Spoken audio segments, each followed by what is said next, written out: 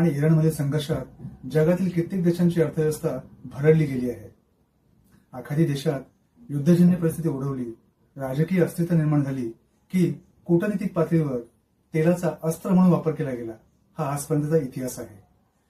आखाती तेलावरच कित्येक देशांच्या अर्थव्यवस्थेचा डोलारा उभा आहे.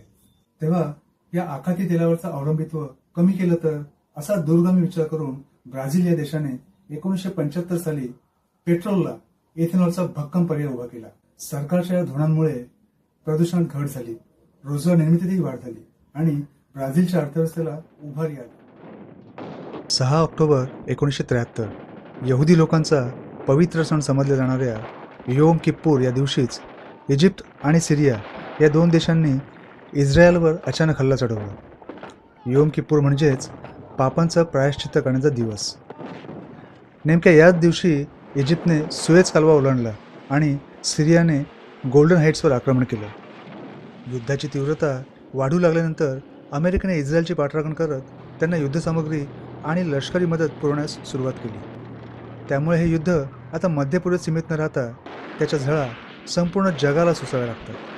अमेरिका आणि इस्रायलला नमवण्यासाठी यावेळी वेगळ्या कूटनीतीचा वापर केला गेला. शत्रू राष्ट्राला बंदुकीच्या गोळ्यांनी प्रत्युत्तर देण्याऐवजी तेलाचं अस्त्र उगारलं जातं. अमेरिकेसह इस्रायलला पाठिंबा देणाऱ्या देशांवर तेल निर्यात बंदी म्हणजेच ऑइल एम्बार्गो जाहीर करण्यात येते. ओपेक या तेल उत्पादक अरब देशांच्या या रणनीतीने अमेरिका, इस्रायलसह सर्व जग घायल होऊन जातं. या कठीण परिस्थितीवर नियंत्रण ठेवण्यासाठी अमेरिकेचे तत्कालीन राष्ट्राध्यक्ष रिचर्ड निक्सन यांनी तेलसाठी सुरक्षित राहावेत आणि किमती आटोक्यात ठेवण्यासाठी त्याचं रेशनिंग चालू केलं. पण याचा उलटा परिणाम झाला. निक्सन यांच्या धोरणामुळे पेट्रोल पंपावर इंधनाचा प्रचंड तुटवडा निर्माण झाला. पेट्रोल पंपांवर वाहनांच्या लांबच लांब रांगा दिसू लागल्या. आज पेट्रोल नाही हे फलक प्रत्येक पेट्रोल पंपांवर झळकू लागले. इंधन टंचाईमुळे अमेरिकेतीलच नाही तर जगातील दैनंदिन जीवन विस्कळीत झाले. उद्योगधंदे अडचणीत येऊ लागले. महागाईने उच्चांक गाठला आणि जागतिक अर्थव्यवस्था कोलमडली. ओपेकने जगाला दिलेला इतिहासातील हा पहिलाच तेल धक्का, फर्स्ट ऑइल शॉक. 1900 मध्ये पुन्हा एकदा जगावर तेलाचं संकट घोंगावू लागलं. इराणचे राजे मोहम्मद रजा शाह पहलवी यांची राजेशाही उलथून टाकण्यासाठी इस्लामिक क्रांती झाली. या क्रांतीनंतर रुहुल्लाह खोमेनी यांच्या नेतृत्वाखाली इस्लामी शासन आलं.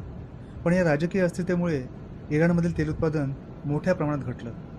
त्यामुळे जगातील बाजारपेठेत तेलाचा पुरवठा पुन्हा विस्कळीत झाला.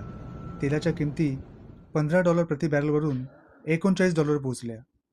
त्यामुळे जगाला मंदीने ग्रासलं आणि जागतिक अर्थव्यवस्थेला पुन्हा एकदा ग्रहण लागलं. यालाच सेकंड ऑइल शॉक, तेलाचा दुसरा झटका असं म्हटलं जातं. यावेळी मात्र सारेच राजकीय संदर्भ बदलले. युद्धज्वर चढलेल्या इस्रायल आणि अमेरिकेने राजकीय पातळीवर चर्चा सुरू असतानाच इराणवर अचानक आक्रमण केले. यावेळी सुद्धा इराणने तेलाचं अस्त्र प्रभावीपणे वापरलं. पर्शियन आखात आणि ओमानच्या आखातामधील स्ट्रेट ऑफ होर्मुझ या 33 किलोमीटरच्या अरुंद जलमार्गाची इराणने नाकेबंदी केली. याच व्यापारी मार्गाने आखाती देशातील तेल आणि नैसर्गिक वायूचा जगभरातील इतर देशांना पुरवठा केला जातो. पण हा मार्गच इराणने रोखून धरल्यामुळे इंधनाची वाहतूक साखळी विस्कळीत झाली. त्यामुळे जागतिक अर्थव्यवस्थेचा श्वास कोंडू लागला. हा भूराजकीय तणाव जोपर्यंत निवळत नाही तोपर्यंत परिस्थिती पूर्ववत होणार नाही. अमेरिका आणि इस्रायलच्या या युद्धखोरीमुळे संपूर्ण जग वेठीस धरलं गेलं आहे. 3 राष्ट्रांच्या या संघर्षात सर्व जग होरपळत आहे. भारतात देखील या तेल आणि इंधन संकटामुळे भीषण परिस्थिती निर्माण झाली आहे. मागील 4 आठवड्यांपासून धुमसत असलेल्या या संघर्षामुळे पेट्रोल, डिझेल, गॅस आणि खते यांसारख्या अत्यावश्यक वस्तूंचा पुरवठा विस्कळीत झाला आहे. त्याचे तीव्र दुष्परिणाम दीर्घकाळ भोगावे लागणार अशी भीती पंतप्रधान नरेंद्र मोदी यांनी व्यक्त केली आहे. येत्या काळात जीवनावश्यक वस्तूंच्या किमती वाढणार असल्याचे संकेतही त्यांनी दिले आहेत. सर्व परिस्थितीतून मार्ग काढण्याचे प्रयत्न आता सरकारमार्फत सुरू आहेत. त्यातूनच मागील काही वर्षांपासून इथेनॉलचा पर्याय पुढे आला आहे. पण दक्षिण अमेरिकेतील ब्राझील या देशाने या क्षेत्रात यापूर्वीच नेत्रदीपक प्रगती केली आहे. 1973 मधील फर्स्ट ऑइल शॉकमुळे तेलाचा प्रचंड तुटवडा निर्माण झाला. परकीय तेलाच्या अवलंबित्वामुळे ब्राझीलची अर्थव्यवस्था त्यावेळी डबघाईला आली.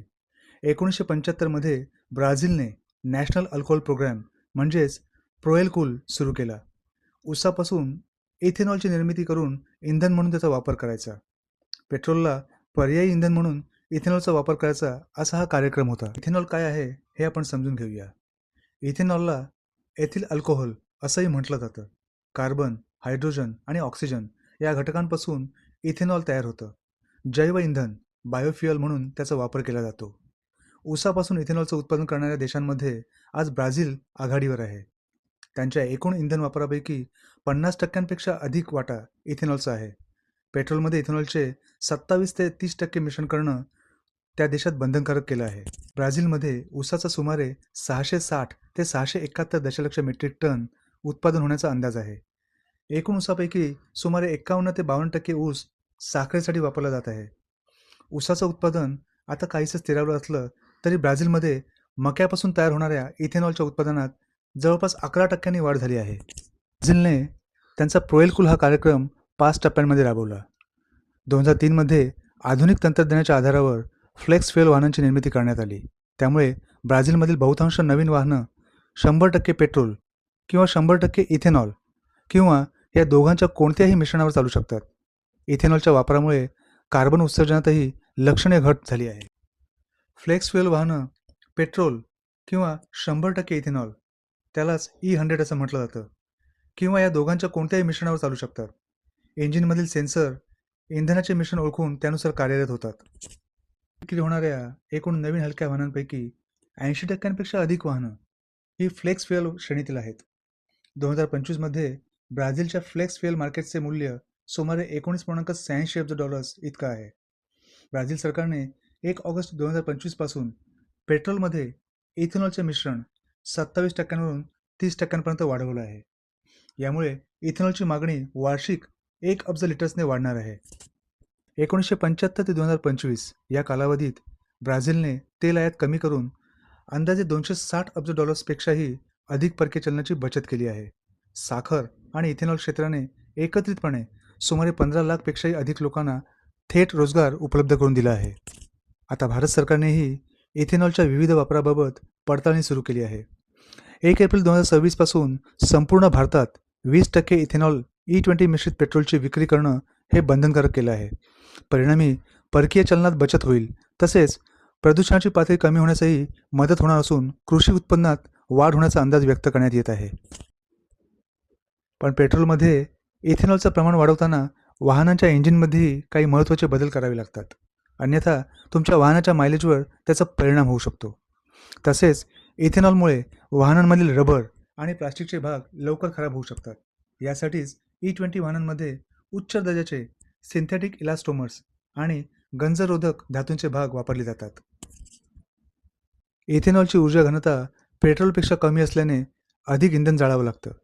यासाठी फ्युएल इंजेक्टर्समध्ये बदल करून त्यांचा फ्लो रेट वाढवला जातो. इंजिनमधील इलेक्ट्रॉनिक कंट्रोल युनिट ECU हवा आणि इंधनाचे गुणोत्तर एअर फ्युएल रेशिओ रिअल टाईममध्ये समायोजित करण्यासाठी पुन्हा कॅलिब्रेट केले जातात. ब्राझील मॉडेल भारतातही राबवणार असल्याची चर्चा प्रसारमाध्यमांमध्ये आता रंगू लागली आहे. ऑल इंडिया डिस्टिलर्स असोसिएशनने या खर्चिक आयात तेलावरचं अवलंबित्व कमी करण्यासाठी धोरणात्मक उपाययोजना आखण्यास सुरुवात केली आहे. त्याच अनुषंगाने पेट्रोलमध्ये इथेनॉलचं मिश्रण 20% वरून थेट 30% नेण्याची शिफारस करण्यात आली आहे. तसेच ब्राझीलच्याच धर्तीवर 100% इथेनॉलवर चालणाऱ्या फ्लेक्स फ्युएल वाहन निर्मितीला चालना देण्याची मागणी करण्यात आली आहे. इथेनॉलवर चालणाऱ्या घरगुती आणि व्यावसायिक स्वयंपाकाच्या शेगड्यांना प्रोत्साहन देण्याची आणि पेट्रोलप्रमाणेच डिझेलमध्येही इथेनॉलच्या मिश्रणाची पडताळणी करण्याची मागणीही AIDAने केंद्र सरकारकडे केली आहे. उशिरा का होईना भारतानेही आता परकीय तेलावरचं अवलंबित्व कमी करण्याचा निर्णय घेतला आहे.